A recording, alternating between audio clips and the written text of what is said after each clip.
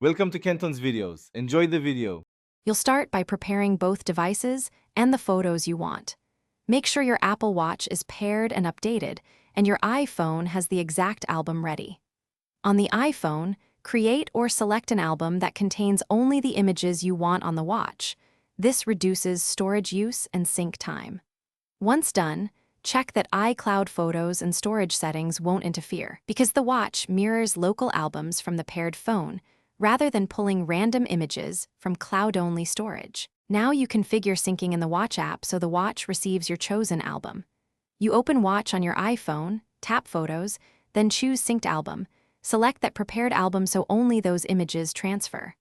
Make sure to set the photos limit to a number that matches your watch storage. Lower limits speed up sync and reserve space for apps.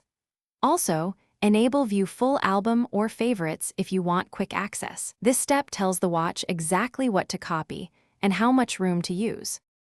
Finish by initiating the sync and verifying it completes.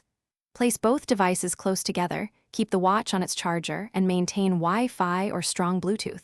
Sync occurs in background and can take minutes.